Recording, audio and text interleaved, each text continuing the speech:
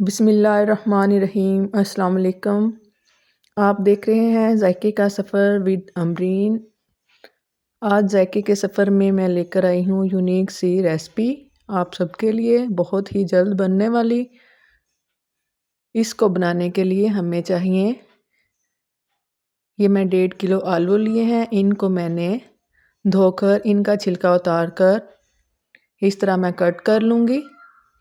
आप ज़्यादा भी ले सकते हैं, लेकिन ये मैं आपको दिखाने के लिए आधा किलो आलू लिए हैं। इसकी मोटाई इतनी होनी चाहिए और आपने इस शेप में इसको कट करना है। कट करने के बाद आप इसको कर लें पानी में डिप। इसकी मोटाई आपने सेम इसी तरह की रखनी है, तब आपके ये स्नैक्स अच्छे बनेंगे। ये मैं सारे कट कर कर पानी में डिप कर कर आधे घंटे के लिए रख दूँगी। आधे घंटे के बाद फिर हम इसको बनाना स्टार्ट करेंगे। इसको बनाने के लिए हमें चाहिए, वैसे तो ये आम तौर पर बेसन की बनती है, लेकिन ये रेसिपी मैं मैदे से बनाऊंगी। ये बहुत मज़ेदार बनकर रेडी होगी। मैदे में मैं शामिल करूंगी कॉर्नफ्लोर। कॉर्नफ्लोर इसमें लाजमी जाएगा, इसके बगैर ये रेसिपी अच्छी नहीं बनेगी, क्रंची और क्रिस्पी नहीं बनेगी। इसलिए आप इसमें कॉर्नफ्लोर लाजमी ऐड कीजिएगा। कॉर्नफ्लोर मैदे में कर लें अच्छे से मिक्स, ताकि ये यकजां हो जाए। और ये है चिकन पाउडर, ये ऑप्शनली है, अगर आपके पास है तो ये शामिल कर लें, नहीं तो आप ये स्किप भी कर सकते हैं। ये सिर्फ टेस्ट के लिए शामिल करते हैं। मेरे पास था तो मैंने ये इसमें शामिल कर लिया। मिक्स हर्ब ये आप लाजमी डालिएगा, इससे टेस्ट ज़बरदस्त आएगा और ये बिल्कुल रेस्टोरेंट जैसे बनकर रेडी होंगे।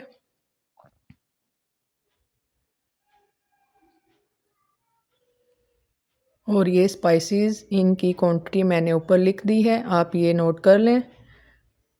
स्पाइसेस आप अपने टेस्ट के मुताबिक भी डाल सकते हैं। अगर आप ज़्यादा तेज़ या तीखा खाना पसंद करते हैं तो आप ज़्यादा तीखा तेज़ बनाने के लिए स्पाइसेस को ज़्यादा भी कर सकते हैं।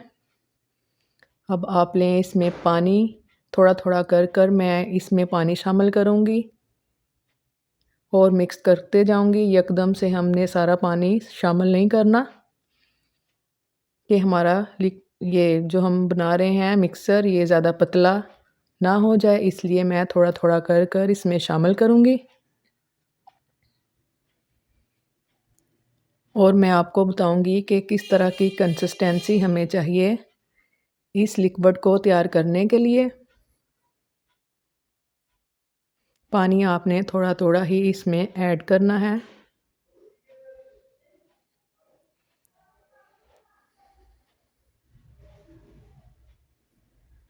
आप फोक की मदद से भी इसको मिक्स कर सकते हैं और हैंड विस्क की मदद से भी। ये थोड़ा गाढ़ा था, इसलिए मैंने थोड़ा पानी इसमें और शामिल किया।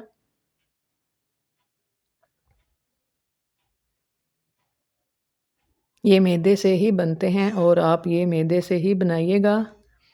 बेसन से इसका टेस्ट वैसा ही होगा।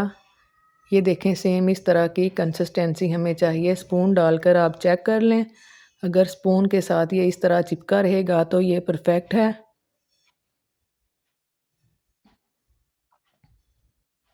बेसन से कलर ज़रा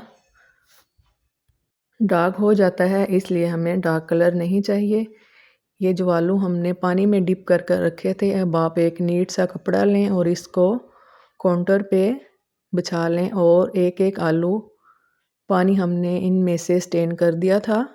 आधे घंटे के बाद एक एक आलू आप इस तरह बिछा लें और इनको कपड़े से अच्छी तरह ड्राई कर लें। ये इसका मेन स्टेप है, आप ये स्टेप लाजमी कीजिएगा। आलू अगर आपके पास बड़े साइज़ में हो तो सबसे बेस्ट है। मेरे पास इसी साइज़ में थे, इसलिए मैं यही यूज़ कर रही हूँ। लेकिन अगर आपके पास आलू बड़े साइज़ में हैं तो आप बड़े आलूओं से बनाएं, ये बहुत ज़बरदस्त एक ही साइज़ में बनेंगे। मज़ेदार तो ये अब भी बनेंगे, लेकिन वैसे मैं आपको बता रही हूँ। ये देखें आलू कितने ड्राई हो चुके हैं। इसी तरह के हमें चाहिए, बिल्कुल इसमें से स्टार्च बिल्कुल ख़त्म हो चुका है। और आप इसको, सबसे बेस्ट रहेगा कि आप इसको घी में फ्राई करें। ये क्रिस्पी बनेंगे, इसलिए मैंने घी लिया, ऑयल नहीं लिया। ऑयल में ये सॉफ्ट हो जाते हैं, इसलिए आप इसको घी में ही फ्राई कीजिएगा। ये मैं थोड़ा चेक करके देख रही थी। मैदा ये जो आपको नज़र आ रहा है। अब ये सारा मिक्सचर जो हमने बना कर रखा था, इसमें एक एक आलू उठाएं और डिप कर कर इस तरह फ्राई कर लें। कितने अच्छे इसमें बबल आ रहे हैं, आपने इनको हिलाना नहीं। ये खुद ही जब फ्राई होंगे ऊपर आ जाएंगे। और इसका कलर ज़्यादा डार्क नहीं हमने करना, वैसे भी इसका कलर डार्क नहीं आएगा, लाइट ही आएगा। और इसी तरह के हमें चाहिए। ये बहुत ही अच्छी, मज़ेदार और ख़ूबसूरत लगने वाली रेसिपी है। आप इसको ज़रूर ट्राई कीजिएगा, सेम इसी तरीके से जिस तरह मैंने आपको बताया।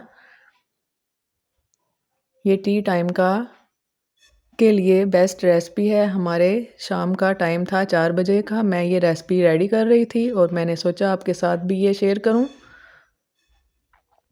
एक स्टेप हमारा रेडी हो चुका था, वो मैंने निकाल लिया। वीडियो वहाँ से मेरी थोड़ी स्किप हो गई थी। मैं आपको अभी दिखाती हूँ जो हमने आलू निकाल लिए थे। स्नैक्स हमारे माशाल्लाह ये देखें कितने खूबसूरत बनकर रेडी हुए हैं। इसी तरह हम सारे फ्राई करेंगे। ये भी हमारा रेडी हो चुका है, अब हम इसको भी निकाल लेते हैं। अब मैं आपको सर्व करके दिखाऊंगी कि हमने इसको केचप के साथ सर्व करना है। और ये मैं 10 मिनट के लिए ड्राई होने के लिए पहले रखूँगी, फिर ये मैं सर्विंग प्लेट में डालकर चाय के साथ सर्व करूँगी। केचप के साथ चाय का टाइम हो चुका है, मैं ये अपनी फैमिली के लिए बना रही थी। और ये देखें, मैं आपको चेक करके भी दिखाती हूँ। ये अभी गर्म है और इसका देखें, ये माशाल्लाह अंदर तक गल चुके हैं और बहुत क्रंची और क्रिस्पी हैं मैदे के साथ। अगर आप इसको बनाएंगे तो ये सेम ऐसे ही बनेंगे। अब ये हम अपनी फैमिली के साथ करेंगे एंजॉय, आप भी कीजिएगा। अगर आपको मेरी छोटी सी वीडियो अच्छी लगे तो मुझे कमेंट में ज़रूर बताइएगा। और आप भी अपनी फैमिली के लिए ये ज़रूर बनाइएगा। ये झटपट से बनने वाली रेसिपी है। अगर आपको वीडियो अच्छी लगे तो लाइक ज़रूर कीजिएगा। अल्लाह हाफिज़।